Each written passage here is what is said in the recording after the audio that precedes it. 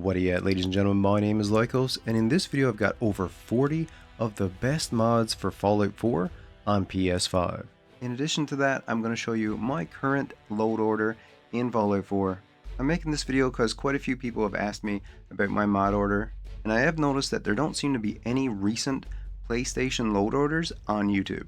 Now if you find this video useful, it would be awesome if you'd hit that subscribe button, and now let's get right into the mod order.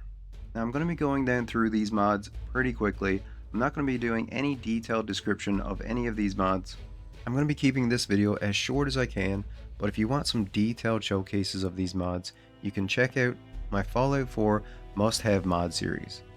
Now starting off here, we have the Unofficial Fallout 4 patch, and this mod just basically fixes a ton of bugs in Fallout 4. Next up we have USO Base Game. This adds a crazy amount of extra objects that you can place in your settlements, and if you're into settlement building, this in my opinion is a must-have. Next up we have a Visual Overhaul SimpleGreen. It gives a spring look to all the trees and the grass in the game. And then I also have SimpleYellow because I prefer that version of the mod. So you need to have SimpleGreen installed and SimpleYellow at the same time in order to get SimpleYellow to work. I like SimpleYellow a little more because it's not quite as intense as SimpleGreen. But if you're looking for a visual overhaul for your game, these are both great mods. Next up we have Weather Redux. This is a weather and lighting mod. It will give you a lot more variety to weather in your game, and it also makes the nights much darker. I think this mod is great for immersion, and it's my favorite weather mod. Next up we have USO Season Pass, and this adds a ton of DLC objects to USO.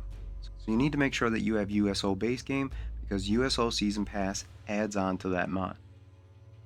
Now next up here we have a bunch of mods that adds a ton of variety to your settlement building. Custom crafting stations, military clutter, workshop decorations pack, makeshift furniture pack, workshop junk wall, workshop interactive objects, and settlement supplies expanded. This is going to give you a ton of extra variety to your settlement building, and workshop's interactive objects even gives you objects that you can place down that your settlers will interact with. In my opinion, all of these are amazing mods, and they really add a lot to the settlement building. Workshop player bed allows you to build a bed that's just for you, so you won't be finding any settlers sleeping in your bed. Next up we have OCDecorator. This allows you in workshop mode to place down items that are in your inventory, and it also makes it so that you can't knock over those objects. Simple Camping is another mod that I'm a huge fan of. I love being able to set up a little camp out in the wasteland, and I also think that this mod is great for the survival mode where you need to sleep in order to save. Next up I have Immersive Fallout. This makes immersive and realistic changes in your game. There's a few different things that it changes. It does make you a little slower, and some enemies a little deadlier, but it does add realism and a little bit of extra challenge to the game. Immersive Fallout reduced recoil. All this does is reduce the recoil of the original mod. The original mod has some crazy recoil in it, so I like to have this mod installed as well. Then we have first person animation tweaks. This makes some changes to your first person animations. One notable change is that when you're not firing or aiming your weapon, you will lower it, which is great for realism. A simple mod that I highly recommend. Subway across the river adds some subway tunnels in underneath the river, and what I like about this is that it just adds a little bit extra exploration to the game. Plenty of exploration. Speaking of exploration added to the game, this adds a whole bunch of extra places that you can stumble upon in the game, interiors and exteriors. And as I've said many times, I love anything that gives me extra things to find in Fallout 4. Beantown interiors, same idea, adds a whole bunch of interiors to the game. Stumble upon interiors, same thing.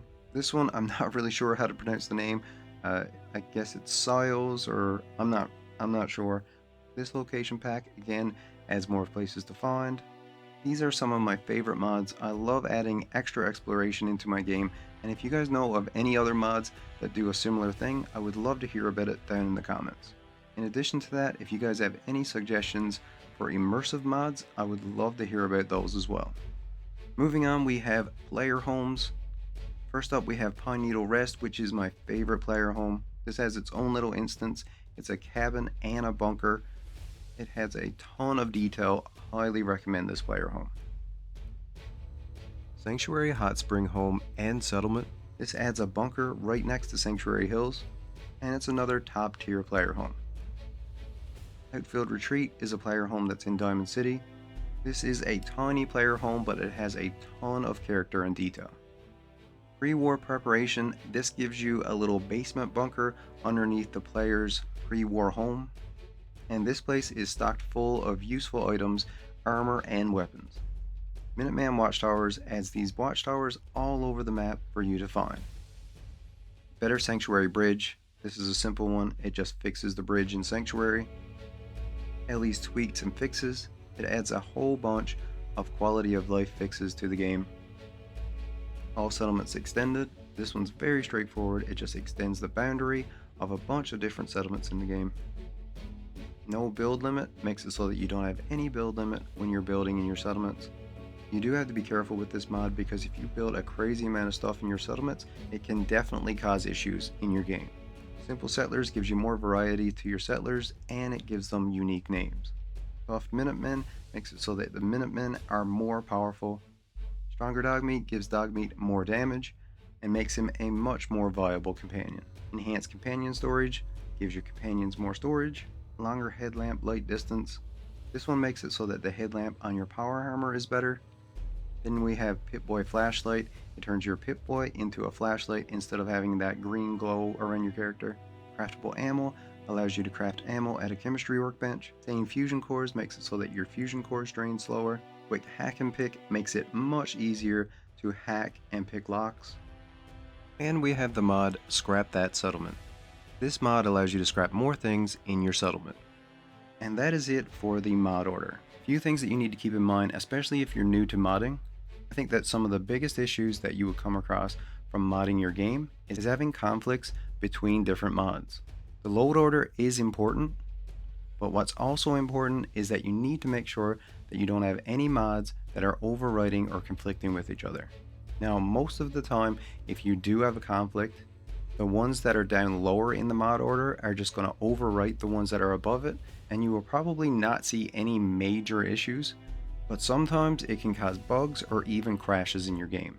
So for instance, with SimpleGreen and SimpleYellow, if you download and enable other mods that do a similar thing, like another one of my favorites is Overgrowth, if you have both of those active at the same time, the one that's below it will just overwrite the one above it. So the way that mod orders work is that the ones that are up at the top are the ones that load first. So when you get down to SimpleYellow, that will load in, and then if you have Overgrowth below it, Overgrowth will load in and then overwrite SimpleYellow. It's the same thing with lighting and weather mods, like Weather Redux. You could also get better graphics and weather, but in the same way, they will conflict with each other and then overwrite each other. So especially if you're adding in more mods to this load order, biggest thing that you need to be conscious of is not having any mods that are conflicting with each other. Another thing that I suggest if you are new to modding is that you take it slow when you first start out. Personally, I would just start out with a few mods. That's exactly how I did it. I think I started modding with maybe 3 or 4 different mods. I remember for sure that I downloaded a visual overhaul and a weather mod and maybe 1 or 2 others. And then I gradually built up from there. After that, it was just a whole lot of trial and error. And even to this day, that's mostly all I do when it comes to my load order is just a bunch of trial and error. And then also watching videos on YouTube to try and figure things out. Now, a rule of thumb that I usually mod by is that the more complex the mod, the further it is towards the top. So USO, visual overhauls, and weather mods usually change quite a bit in the game. That's why I have them towards the top, and then mods that just make small tweaks to the game, I keep down towards the bottom. Of course, this doesn't always work out, and then if that fails, I just go back to the old trial and error. Also, every now and then you're going to run into a mod like USO that pretty much places itself, and sometimes in the description of mods, it will tell you where it needs to go in the mod order. Now, I really hope that this mod order helped you out. You can find all of these mods in order down in the description. Thank you all for watching. Don't forget to hit the like button, and as always, stay where you're at, and I'll come where you're to. Later, everyone.